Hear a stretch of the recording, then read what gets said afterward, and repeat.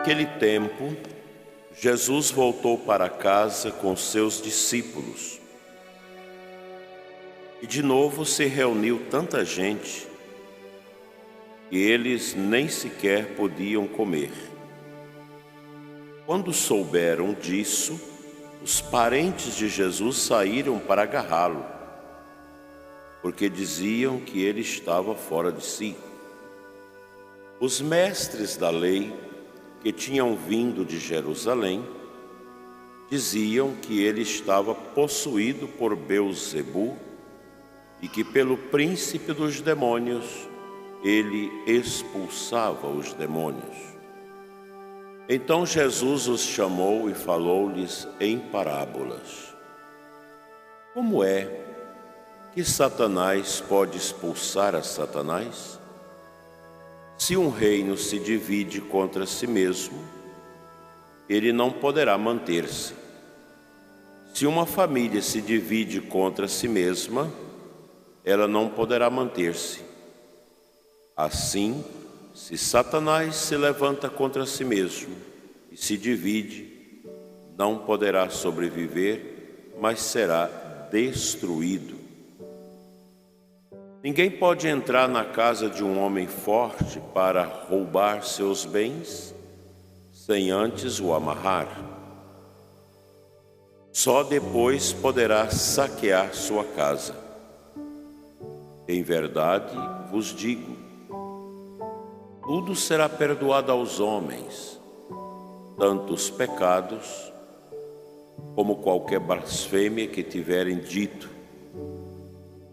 Mas quem blasfemar contra o Espírito Santo nunca será perdoado, mas será culpado de um pecado eterno. Jesus falou isso porque diziam: ele está possuído por um espírito mau. Nisso chegaram sua mãe e seus irmãos. Eles ficaram do lado de fora e mandaram chamá-lo. Havia uma multidão sentada ao redor dele. Então lhe disseram: tua mãe e teus irmãos estão lá fora à tua procura. E ele respondeu: quem é minha mãe e quem são meus irmãos? E olhando para os que estavam sentados ao seu redor, disse: aqui estão minha mãe e meus irmãos. Quem faz a vontade de Deus, esse é meu irmão, minha irmã e minha mãe. Palavra da salvação. Glória a vós, Senhor.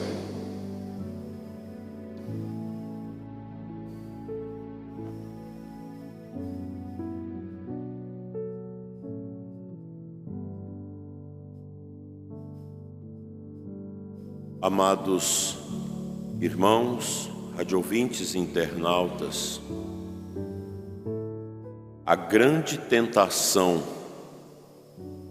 no coração da pessoa humana ao longo desses milhares e milhares de anos sempre foi dominar os outros e estar acima de Deus.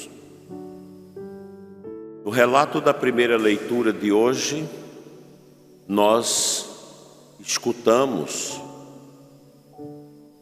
esta mensagem profunda do Gênesis, que relata para nós o drama consequente ao orgulho da pessoa humana de querer ocupar o lugar de Deus. Essa tentação nós podemos vê-la não só em Adão e Eva, mas ao longo da história dos povos. Nós temos sempre exemplos de pessoas que quiseram ser deuses.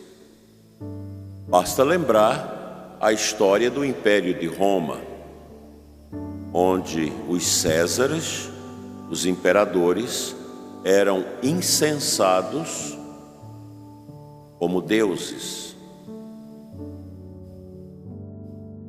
É uma tentação que nunca acaba, porque ela é fruto de uma ruptura.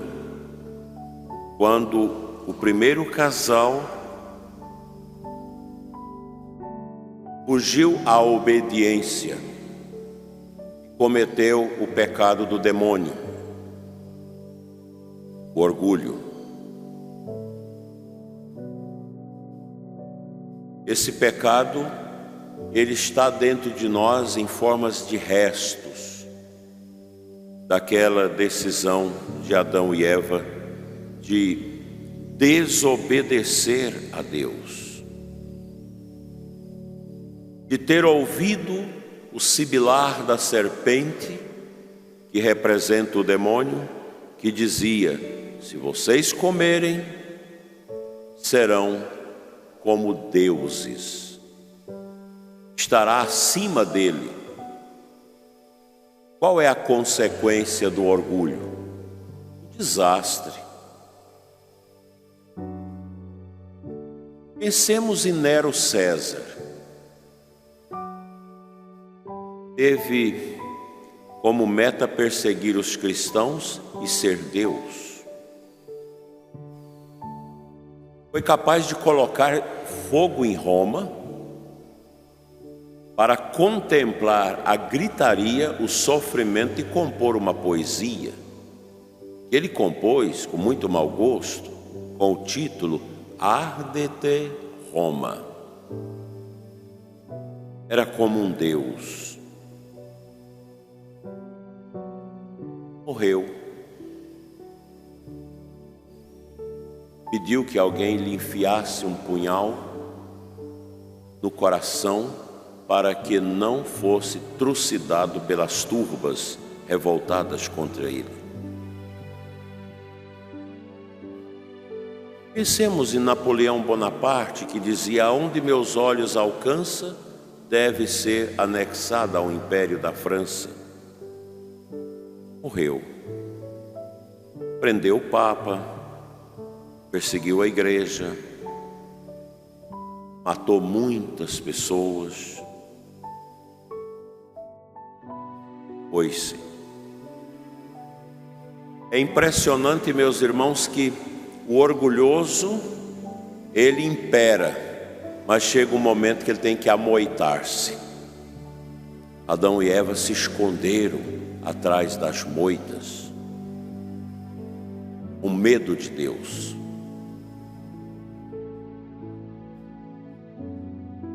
Hitler decidiu suicidar-se. Getúlio Vargas, aqui no Brasil, grande ditador. Chega um momento que você encontra com a sua miséria. O orgulho é isso. Eu me lembro de um homem numa cidade pequena que subjugava o povo. Nem a polícia, naquela época tão pobre, tinha coragem de enfrentá-lo. Ele fechava os bares por conta própria, obrigava as pessoas a beberem, e todos tinham horror àquele homem.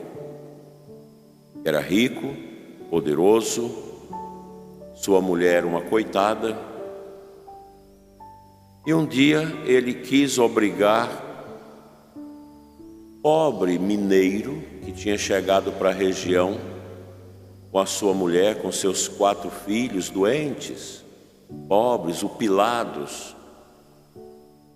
Eu lembro bem, esse homem era banguelo, não tinha dentes, e foi ao bar para comprar alguma coisa para sua família, e lá estava o homem que o obrigou a beber, e ele era um homem que não bebia.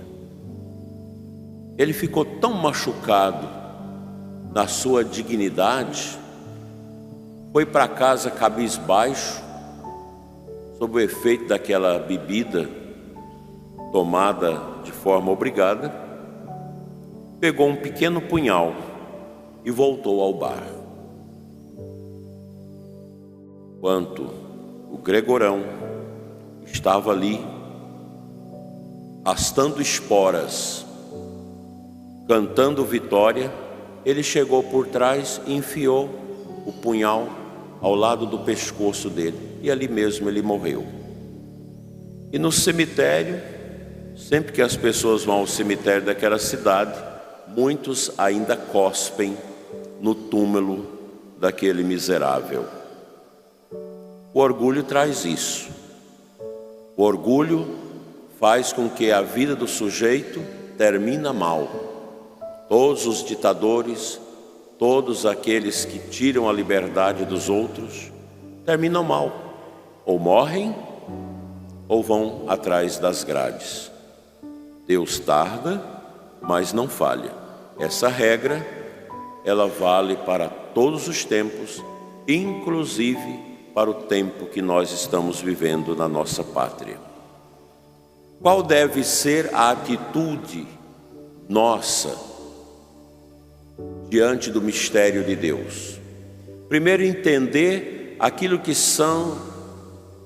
o grande Santo Irineu de Lyon ensinou para nós nos primeiros séculos da igreja. Deus não nos massacra, Ele quer que nós cheguemos à sua paridade de santidade e glória. A glória de Deus é a glória do homem. Só que Deus não é orgulho, Deus é amor. Deus nos quer que nós cheguemos ao seu nível e seremos como Ele. Isso é a vontade de Deus. Aqueles que não compreendem o que é Deus, querem tomar esse viés de dominar e de massacrar os outros. A atitude do crente deve ser a atitude do salmista hoje. Das profundezas eu clamo a vós, Senhor, escutai a minha voz. Quais são as profundezas? As nossas. Aqui ninguém de nós se conhece totalmente. Nós somos um mistério e a nossa capacidade humana é insuficiente para compreender o mistério que somos. E esse mistério, ele não pode trilhar um caminho fora daquele que é o caminho divino. Essas profundezas nossas devem nos levar ao alto e não para a trivialidade deste mundo, para as baixuras da terra. Vamos subir a Deus na sua graça. São Paulo nos ensina que é preciso crer. E de fato sabemos, diz o apóstolo na leitura de hoje, se a tenda em que moramos, que é o nosso corpo, neste mundo for destruída, Deus nos dá outra morada no céu, que não é obra de mãos humanas, mas que é eterna. Aqui São Paulo abre o leque para a gente entender qual é a vocação nossa. A vocação é a eternidade. Adão e Eva perdeu esse rumo, quis olhar para a terra. Os ditadores, eles olham para a terra, não olham para o alto. Vocês imaginam a santidade de São Luís, rei da França, o último cruzado. Vale a pena ler a vida desse rei. Um rei que governou a França com amor, que defendeu a fé, que morreu nas cruzadas para defender os lugares santos de Cristo. Lindo é o testamento do rei católico e santo ao seu filho que iria assumir o seu trono. Uma carta digna da nossa leitura, onde ele mostra que o caminho da verdadeira humanidade não é os caminhos do mundo, mas os caminhos de Deus. Quem segue os caminhos do mundo, segue o demônio. E aqueles que são endemoniados perseguem os que apontam para o céu. Por isso a igreja sempre foi perseguida. E eles criticam Jesus. Ele está fazendo essas coisas porque ele está possuído pelo demônio. Ele faz esses milagres, essas curas, essas libertações por força de Belzebu, o príncipe dos demônios. Belzebu é o espírito das moscas. É um demônio que onde ele está, sempre as moscas estão. Porque é um demônio, segundo os santos, os místicos, extremamente pavoroso. E esses miseráveis fariseus, doutores da lei, fizeram esta bobagem, essa blasfêmia contra Cristo, dizendo que até os exorcismos, quando Jesus expulsava os demônios, era pelo poder dos demônios. E aqui nosso Senhor explica que esse é um pecado que não tem perdão. Quem mais esclareceu essa passagem nos últimos tempos foi São João Paulo II, na encíclica Domino et Vivificante, sobre o Espírito Santo, onde ele diz que a blasfêmia contra o Espírito Santo é você dizer que as coisas que Deus faz é o diabo que produz. Esse é o pecado que não tem perdão. Você dizer, o mundo foi criado pelo demônio. Essas curas é o diabo que fez, não é Deus que fez. A igreja é obra de Satanás, não é obra de Deus, como muita gente hoje fala. Isso é uma blasfêmia contra o Espírito Santo, que nós precisamos ter muito cuidado com ela. E por fim, nosso Senhor, no Evangelho de hoje, valoriza a sua família, a igreja. Quando a sua mãe e os seus irmãos, que são seus primos, Nossa Senhora só teve um filho, Jesus, vão ao encalço dele. Jesus humanamente está exausto. Multidões, curas, milagres, ensinos, e ele está ali arrodeado, já à noite, cansado, sem comer, por centenas de pessoas que querem ouvir a Jesus. E eles vão ali para tirá-lo. Alguém avisa, tua mãe, teus irmãos, seus parentes estão aí fora e querem te ver. Mas quem são meus parentes? Quem é minha mãe? São todos aqueles que fazem a vontade de Deus. Aqui nosso Senhor transcende da sua pequena família, José, Maria e os seus primos, suas tias, seus tios, para mostrar que Ele tem uma família muito grande, que é a sua Santa Igreja. E nós somos esta família de Jesus. Aqui nosso Senhor não está desmerecendo Nossa Senhora, mas Ele está dando um choque de compreensão aos seus seguidores, para mostrar que Ele não está unido unicamente a um pequeno feudo, a sua família, mas a todos aqueles que fazem a vontade de Deus. Fazer a vontade de Deus é se colocar a caminho, nesse processo de libertação de todo orgulho do nosso coração, mediante a oração, o jejum, a esmola, a penitência, os sacrifícios. E um dos caminhos para a nossa santificação e para quebrar o nosso orgulho é a consagração do dízimo que nós fazemos no segundo domingo em toda a diocese. Quando eu consagro o meu dízimo, eu deixo sair de dentro de mim os apegos, o orgulho e a soberba. Como é bom a gente ser livre, livre diante de tudo, inclusive dos bens. O dizimista consciente, ele vai percorrendo um caminho de liberdade interior, que essa é uma grande riqueza, você ser livre interiormente, não ser apegado.